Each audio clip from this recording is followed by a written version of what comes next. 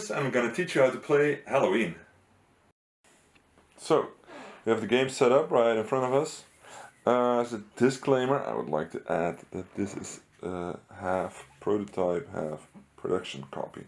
So, all of the art you see is not yet final, although the board will be. And the biggest thing is that we don't have the ghost miniatures yet. So at least I don't. So I used these blue, green, yellow and so on cylinders to depict the ghosts on the board. So that will look different than the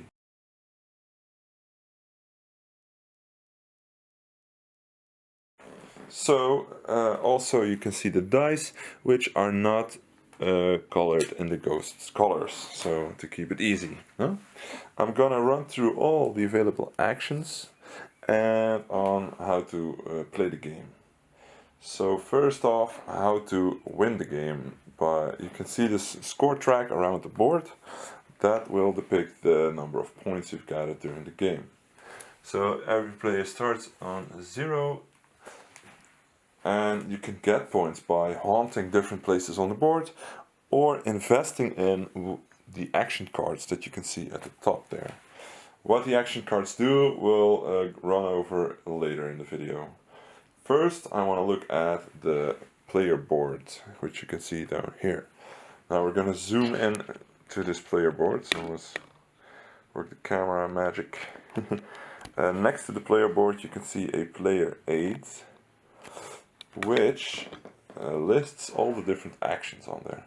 So at the top of the player aid you see what options you have when it's your go.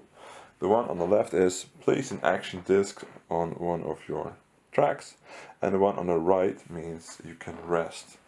What that means I'll explain after I've done all the actions.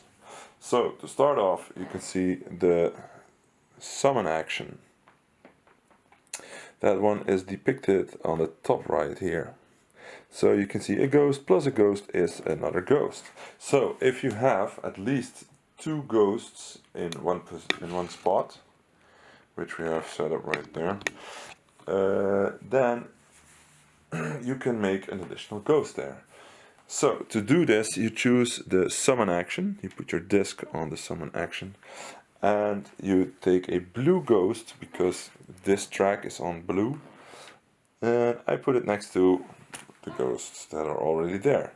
This will deliver me 1 blue ghost token, and these ghost tokens are used to buy into the action cards at the top of the game board. Now if we take a closer look at the player board, you can see 3 identical tracks, and once I do an action on this track I will put it on the X, which will show us that we've already done an action on that track. So now 2 more actions remain. At the top of each track you see the level of ghost on which you are at. So each track starts out with a blue ghost. To get a track upgraded to the next level, you need to choose the upgrade action. And upgrading, you can always upgrade only 1 step at a time. To do so, you need to pay scare tokens. So if I want to upgrade, and I only have blue ghosts, so the only thing I can do is upgrade to a green ghost, I will have to pay 2 of these boys, scare tokens. I will pay them to the bank, and I can replace one of my blue ghosts with a green ghost. So this blue ghost just got upgraded. Each time I upgrade, I get a ghost token of the color I have upgraded to. So I upgrade to a green ghost, so I get a green ghost token. This one fits nicely next to my blue ghost token. Then I can choose which of my tracks I will upgrade to the green ghost. So I will say So I do not need to use the track I just did the upgrade option with. So that's a very important rule there.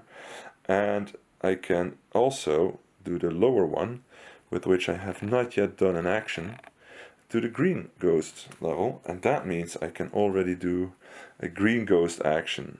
So if I use the scare action, which is this one, that means I will scare people in the area the ghost is in right now. And if we have a look at the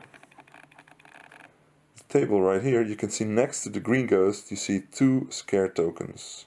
So if I scare people with a green ghost, I get 2 scare tokens. If I would have done this with an orange ghost, you see I would get 4 points. So I will take 2 scare tokens from the stock and add them to my player board. Now you've seen I've did 3 actions on my board, but I would like to explain the other 3 actions that you can see on each track as well.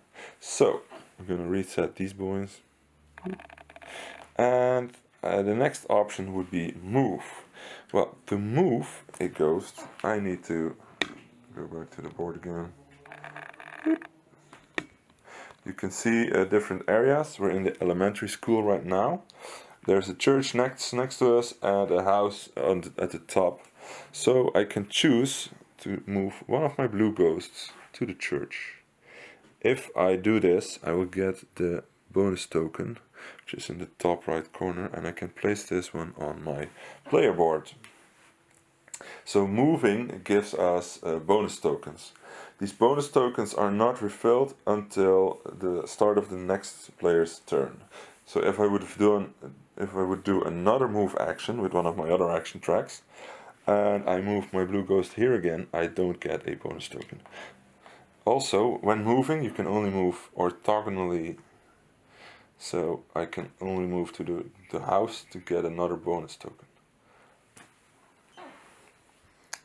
That's moving. So that will give us bonus tokens. Well, now we have a bonus token lying here. Let's have a look at what it does. Alright. And with this bonus token I can activate during my turn by placing an action disc on top of there. How that will work I will explain in the next action, because this one adds +3 to my die roll. Before using this one, I will not yet do it. So this one action has been taken.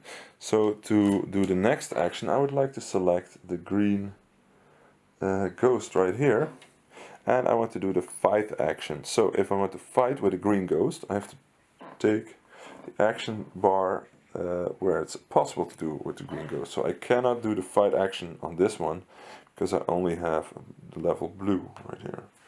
So back to the board. If we fight, I can choose what ghost I want to fight. So with one of the green ghosts I can fight a yellow ghost or a blue ghost. If I fight a yellow ghost, that would mean I would get a yellow ghost token, and if I fight a blue ghost I would get a blue ghost token. Now the blue ghosts have a 4-sided die, the green ghosts have a 6-sided die, and the yellow ghosts have an 8-sided die. In this case I would like to take a risk, and I have the +3, so I might make it. I will fight the yellow ghost. So I already won. I don't need to use this yellow disc to use this bonus disc. And in this case I would get a yellow ghost token. I will add it to my ghost tokens right here. That's how the fighting works. So there's a bit of luck involved, but as you can see there are some modifying things. You also get rerolls and all of different kind of things. So fighting a stronger ghost is a risk, but the reward is also bigger. So I've done this action. Now I only have the center row to use, and of course I'm going to do the haunt action. So by haunting I can have to check the location in which a blue ghost is, which at this time is the church or the school. And if I want to haunt this spot, this will be in the player colors, but I've just taken this orange pumpkin-like thingy. If you look closely, you can see these numbers: blue, green, yellow, orange and red. Red will be 10 points, blue is only 2 points. So I'm haunting the school with a blue ghost, so that means I will cover up the 2 points section of that place. So if I want to haunt again, I cannot haunt the school again, so you have only 6 of these pumpkin-like tokens, and no one else can haunt the blue ghost in the school, because that place has been taken. So if another player would want to haunt there and haunt with the yellow ghost, that's possible. Then he just put his marker on the 6 and we will get 6 points at the end of the game. I like to put these points immediately when you get them, so you can still see who's winning or not. And I think the rules also state that. So those are all the actions you can take. I want to go in depth about the bonus tokens, because the bonus tokens you can activate by putting a marker below. If you've used it, you will remove the bonus token and it goes back into the stock. Now this spot is blocked, and you have 2 more spots for bonus token actions. So I can put this one here, this one here.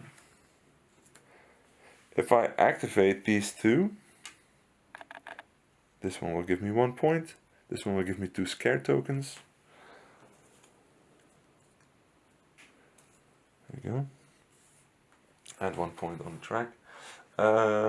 Now I've activated them all 3. At the end of this round, I will receive back those markers. So, and I can use them again in the next round. Alright, then we move on to the meat of the game, which are the cards. Okay, so we're gonna explain the action cards now. Each time you put one of your action discs on an action card, you'll get 3 points. That's something worth noting. These action cards have some certain infos on them. At the top left you see whenever they're active. This one means always. This means what are the costs. And this means in what action is it applicable. So this means the move action. So if I had this one activated, that means I can move my ghosts anywhere on the board when doing a move action. So I don't need to stick to the orthogonal adjacent rule. I could just move them everywhere I want, which is very handy. So as you can see, these action cards inflict the game rules. They change the game rules. Let's do another one. So each action card will need an action disc of you on it, and it will need you to pay a certain amount of ghost tokens. The gray one means you need to pay 3 ghost tokens of the same color.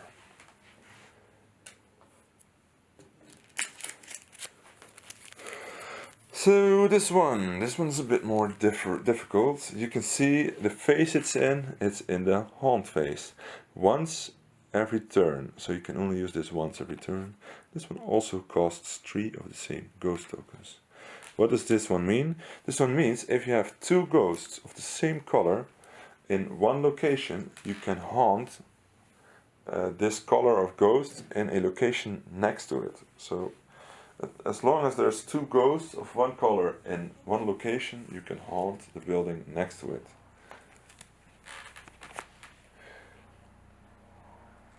This card, it has a chalice, that means it's active at the end of the game, and it's in the scoring phase of the game.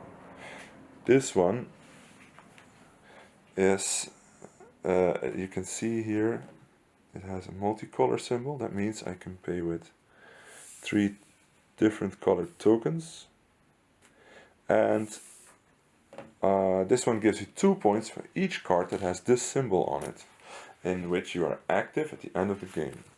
So if I have these 2 and I'm I have my action discs on there. That would mean I would get 4 points because I have this one active. Okay, the next one. This one is active in the fighting phase, and you can only do it once during your turn. That means with this card you can fight all the colors of ghosts in one house. So if you have a house filled with green, blue and yellow ghosts, you can let the yellow ghosts fight with the green and the blue ghost at the same time. This one also costs 3 different colored action ghost discs. Excuse me. Then this one is active in the ghost phase. You can always use it, and it needs 3 of the same color ghost tokens. When moving, you can move an additional ghost. So you can move 2 ghosts for the price of 1, as long as the rules stated. Fighting, this one is also 3 of the same ghost tokens, always active in the fighting phase. This means you can re-roll your defense die once during fighting. Another fighting one, we are a lot of fights today. 3 of the same color ghost tokens, always active in the fighting phase. You can fight the same level ghosts, so I can fight a blue ghost with a blue ghost. And this means I always get +1 on my die roll. Then we have this one. When fighting and winning, if I win versus a stronger ghost, I get 2 points. And if I win versus a weaker ghost, I get 3 points. This is also done in the fighting phase, always active and needed. That's the action cards. The game ends when one player has either put his 5 action discs on 5 different action cards, or he has haunted each location on the board. That's when you count up all the haunt points, and the player who has the most wins the game.